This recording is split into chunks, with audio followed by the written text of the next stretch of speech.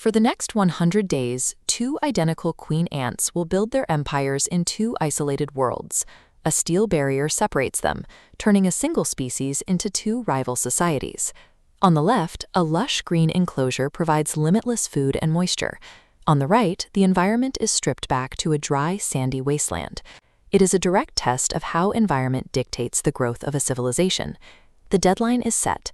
On day 100, the central door will open, connecting these two worlds and forcing the colonies to interact for the first time. Conventional logic suggests the colony with the resource head start will dominate. With unlimited calories and total safety, the wealthy empire should be untouchable by the time the doors open. By day 51, the wealthy colony, the greenies, has capitalized on its environment. This chart shows their population trajectory compared to the wastelanders. With easy access to protein and sugar, their numbers have expanded rapidly. This numerical advantage translates to physical control.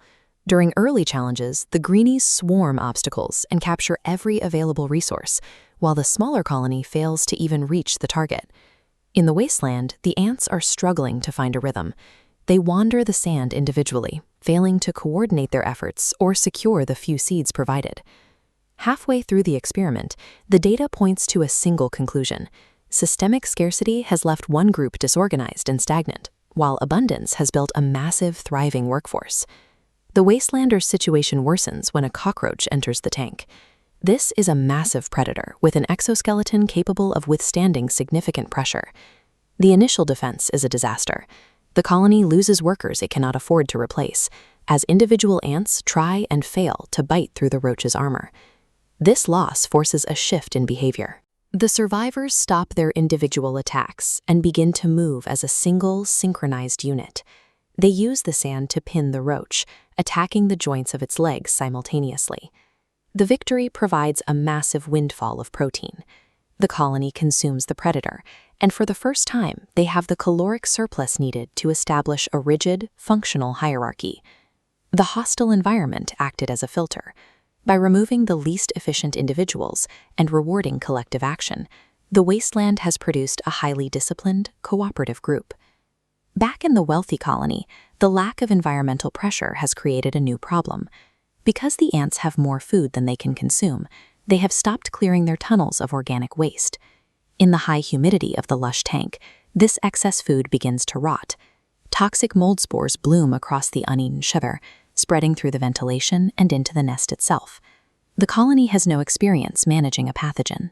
Without a history of environmental threats to drive defensive behaviors, the mold spreads unchecked, killing the workers and contaminating the queen's chamber. The surplus that fueled their initial growth has become the source of their decay. In a world of absolute safety, the accumulation of waste has proven more lethal than a predator. To understand how these two colonies will react when the door opens, we look to the wild. We tracked wild colonies through the Costa Rican jungle to observe their primary method of identification. Finding these colonies requires navigating past highly specialized predators. This poison dart frog uses its skin color to signal a lethal chemical defense to anything that tries to consume it. We eventually located leafcutter ants. These are the heavy lifters of the jungle, capable of moving 50 times their body weight back to a central hub through high levels of coordination. In these dense colonies, identification happens through scent. Every ant carries a pheromone signature that identifies it as part of the family. If an ant smells different, it is treated as a lethal threat. This chemical identity is the deciding factor in ant warfare. By collecting the scent of the wild colony in a jar, we have a tool that can theoretically alter how the two lab colonies perceive one another. It is day 100.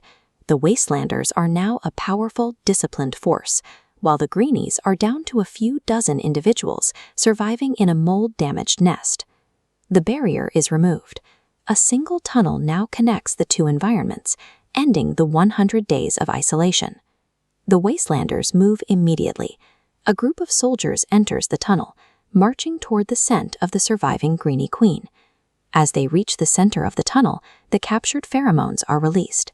The concentrated scent of the wild colony floods the passage, coating the ants from both sides. The introduction of these foreign chemicals overrides the ants' internal recognition system. Their antennae pick up the new shared scent, neutralizing their aggressive response to one another. The wastelanders reach the remaining greenies, but the anticipated battle does not happen.